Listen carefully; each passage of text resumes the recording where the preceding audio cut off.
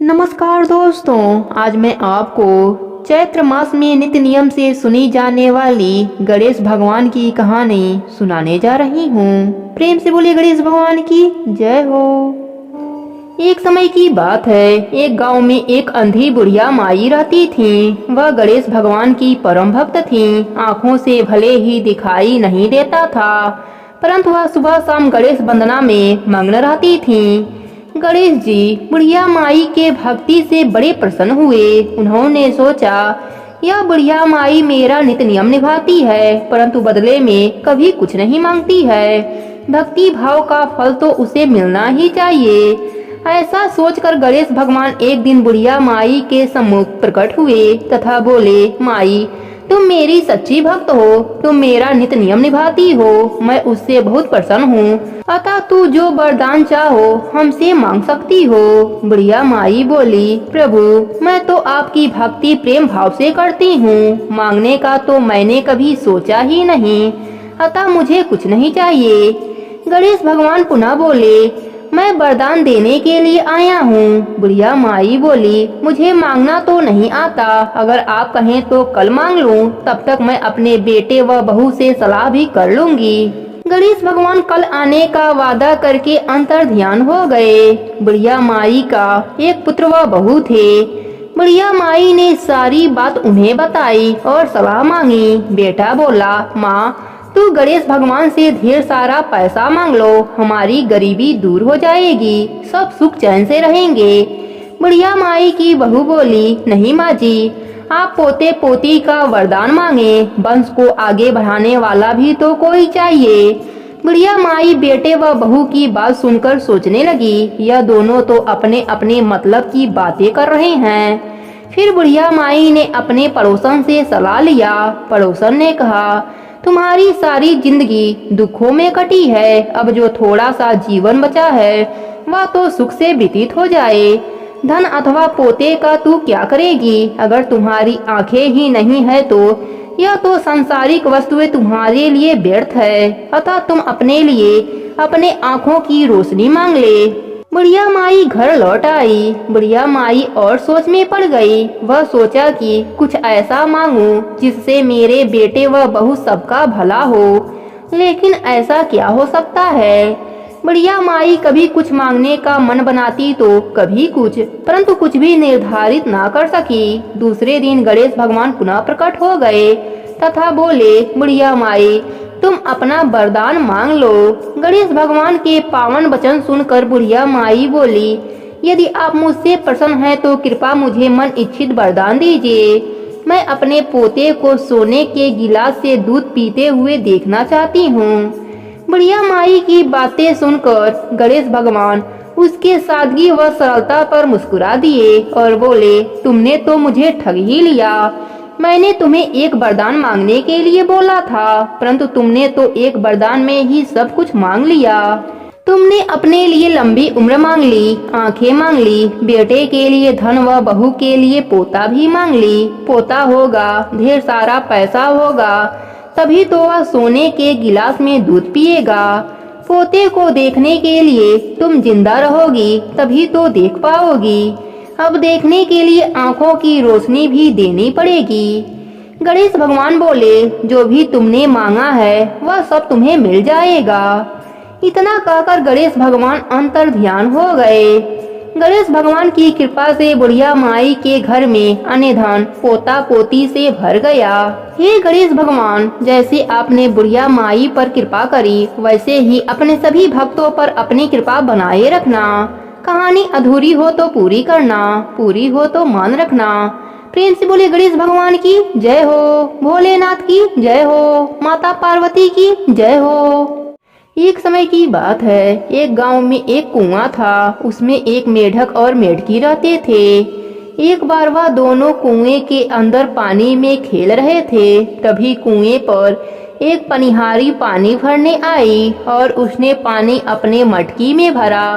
पानी के साथ उस मटकी में वह मेढक और मेढकी भी आ गए। मेढकी गणेश भगवान की भक्त थी। वह हमेशा गणेश भगवान के नाम का जप करती रहती थी। हमेशा कहती थी, जय गणेश जय गणेश जय गणेश देवा, माता जाकी पार्वती पिता महादेवा। लेकिन उसकी इस बात पर मेढक को बड़ा गुस्सा आता था। वह हमेशा कहता था कि हमेशा तू उस सूंड वाले का नाम लेती रहती हो, कभी मेरा नाम भी ले लिया करो। और कभी कभी खूब जमकर झगड़ा करता था। वह पनिहारिन मटकी को अपने घर ले जाती है और अपने घर पर रख देती है और थोड़ी देर बाद वह चूल्हे पर पानी गर्म करने के लिए रख देती है। उस मटकी वाले पानी को गर्म करने वाले बर्तन में पलट देती है और आग जला देती है। अब जैसे ही आग की तपन बढ़ती है तब मेढक मेढकी से बोलता है, अरे मेढकी, मैं तो नीचे से जल रहा हूँ। वह कहती है, अच्छा, मैं तो नहीं जल रही। मेढकी गणेश भगवान के नाम का जप शुरू कर देती है। मेढक थोड़ी देर के बाद फिर बोलता है, मेढकी, मैं तो जल रहा हूँ। तब मेढकी फिर कहती है, मैं तो नहीं जल रही। चलो आप ऐसा करो, आप मेरी जगह पर आ जाओ और मैं आपकी जगह पर आ जाती हूँ। तब मेढक कहता है, ठीक है। दोनों जगह बदल लेते हैं। मेढकी फिर गणेश भगवान के नाम का जप शुरू कर देती है। मेढक फिर से कहता है, अरे मेढकी, मैं तो यहाँ भी जल रहा हूँ। तब मेढकी कहती है, पता नहीं तुम्हारे साथ यह क्या हो रहा है, तुम बार बार जलने लग जाते हो। ऐसा करो, तुम भी गणेश भगवान के नाम का जप शुरू कर दो, क्योंकि मेरे नीचे तो बिल्कुल ठंडा है। तब वह कहता है, मैं तो नहीं लेता उस गणेश का नाम, तू ही ले उसका नाम, मैं नहीं लूंगा। मेढकी कहती है, ठीक है, तुम्हारी जैसी मर्जी। वह मेढकी फिर से गणेश भगवान के नाम का जप शुरू कर देती है। मेढक को ऐसा एहसास होता है कि गणेश भगवान के नाम लेने से मेढकी को आग का असर नहीं हो रहा है, लेकिन मैं जल रहा हूँ। अब मेढक भी गणेश भगवान के नाम का जप शुरू कर देता है और वह भी बोलता है, जय गणेश जय गणेश जय गणेश देवा। वह दोनों गणेश भगवान के नाम का जप शुरू कर देते हैं। गणेश भगवान बछड़े का रूप धरकर आते हैं और उस बर्तन में लात मार देते हैं, जिससे बर्तन का सारा पानी गिर जाता है। मेढक और मेढकी बाहर निकल आते हैं। दोनों बाहर आकर उसी कुएं में चले जाते हैं। अब मेढक भी गणेश भगवान की महिमा को देखकर हर रोज गणेश भगवान के नाम का जप शुरू कर दिया। इस प्रकार गणेश भगवान के नाम लेने से, कथा कहानी सुनने से गणेश भगवान हर संकट से उबार देते हैं। हे गणेश भगवान, जैसे आपने मेढक और मेढकी पर कृपा करी, वैसे ही अपने सभी भक्तों पर अपनी कृपा बनाए रखना। कहानी अधूरी हो तो पूरी करना, पूरी हो तो मान रखना। प्रेम से बोलिए गणेश भगवान की जय हो। एक समय की बात है, एक नगर में श्यामलाल नाम का आदमी अपने पत्नी सुनैना के साथ रहता था। वह दोनों गणेश भगवान के परम भक्त थे। वह नियम से गणेश भगवान को दूबा और लड्डू का भोग लगाते। वह लोग गणेश भगवान को अपना इष्ट देवता मानते थे। गणेश भगवान की कृपा से उनके घर में अन्य धन का भंडार भरा हुआ था। उनका एक बेटा और एक बेटी थी। अपने माता पिता के तरह ही वह दोनों भी गणेश भगवान का नित्य नियम से पूजा पाठ किया करते थे। जब बेटी शादी के योग्य हुई तो श्यामलाल अपने बेटी की शादी खोजने लगा। श्यामलाल जिस घर भी जाते वह पता लगाते कि उस घर में पूजा पाठ होती है कि नहीं। इस तरह से उन्हें एक मध्यवर्गीय परिवार मिला। उस परिवार में सभी लोग धार्मिक प्रवृत्ति के थे। इस प्रकार श्यामलाल अपने बेटी का विवाह कर दिया। बेटी जब ससुराल गई तो ससुराल में वह गणेश भगवान का नित्य नियम करने लगी। देखते ही देखते उसके घर में अन्य धन का भंडार भर गया। अब वह सेठ सेठानी कहलाने लगे। यह बात उसके पड़ोसन को अच्छी नहीं लगी। वह राजा के पास गई और राजा से बोली, हमारे पड़ोस में एक बहू आई है, वह साक्षात लक्ष्मी है। उसके आने के बाद वह लोग दिन दूना रात चौगुना तरक्की कर रहे हैं। ऐसी भाग्यशाली लक्ष्मीवान बहू तो राजमहल में होनी चाहिए। अगर वह आपके पास रहे तो आपका राजकोष कभी भी खाली नहीं होगा महाराज। पड़ोसन की बात सुनकर राजा उसके बातों में आ गया।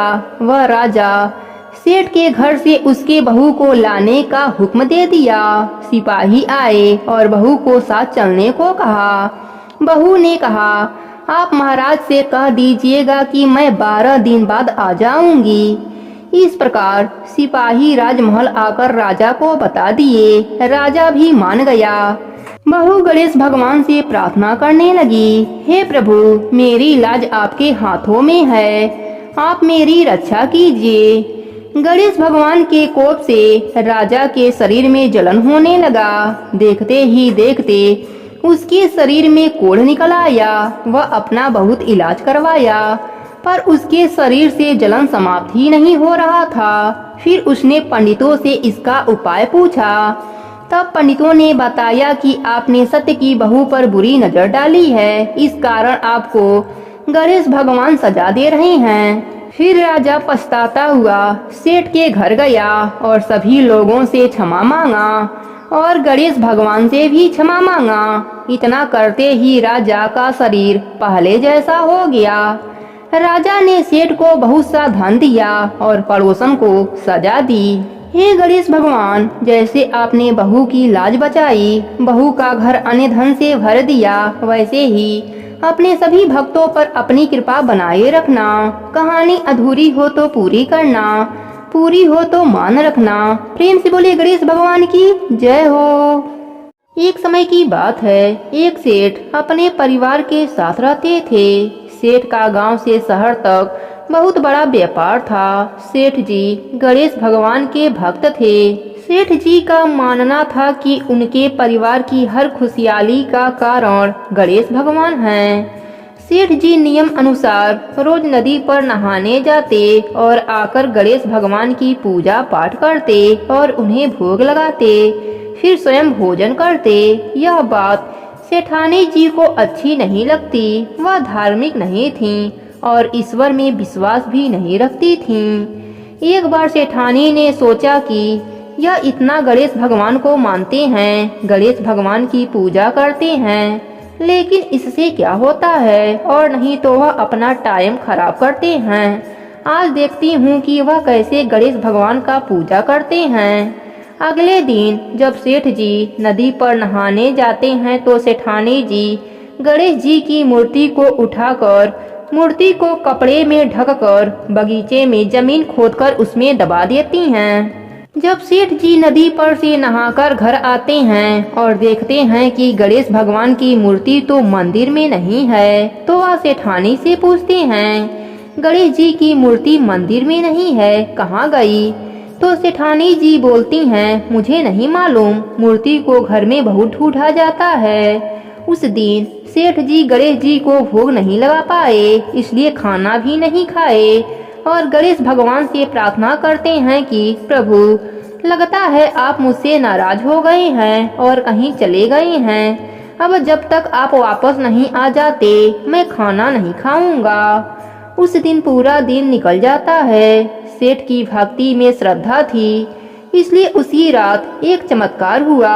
सेठ को सपना आया जिसमें वह एक छोटे से चूहे के साथ खेल रहे होते हैं और वह चूहे को खाने के लिए लड्डू देते हैं। चूहा लड्डू लेकर बगीचे में जाता है और जमीन को खोदता है और लड्डू उसमें डाल देता है।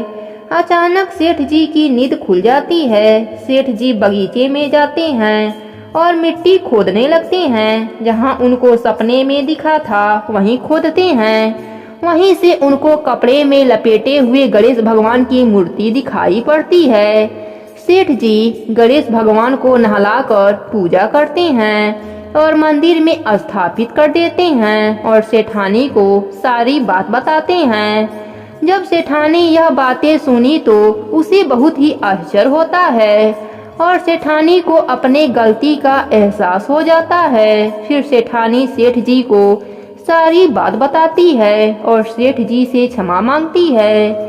इसके बाद सेठानी का भी मन बदल जाता है और वह भी सेठ जी के साथ गणेश भगवान की पूजा करने लगती हैं। गणेश भगवान की कृपा से उनका घर धन दौलत से भर जाता है। चारों दिशाओं में सेठ जी का यश बढ़ जाता है।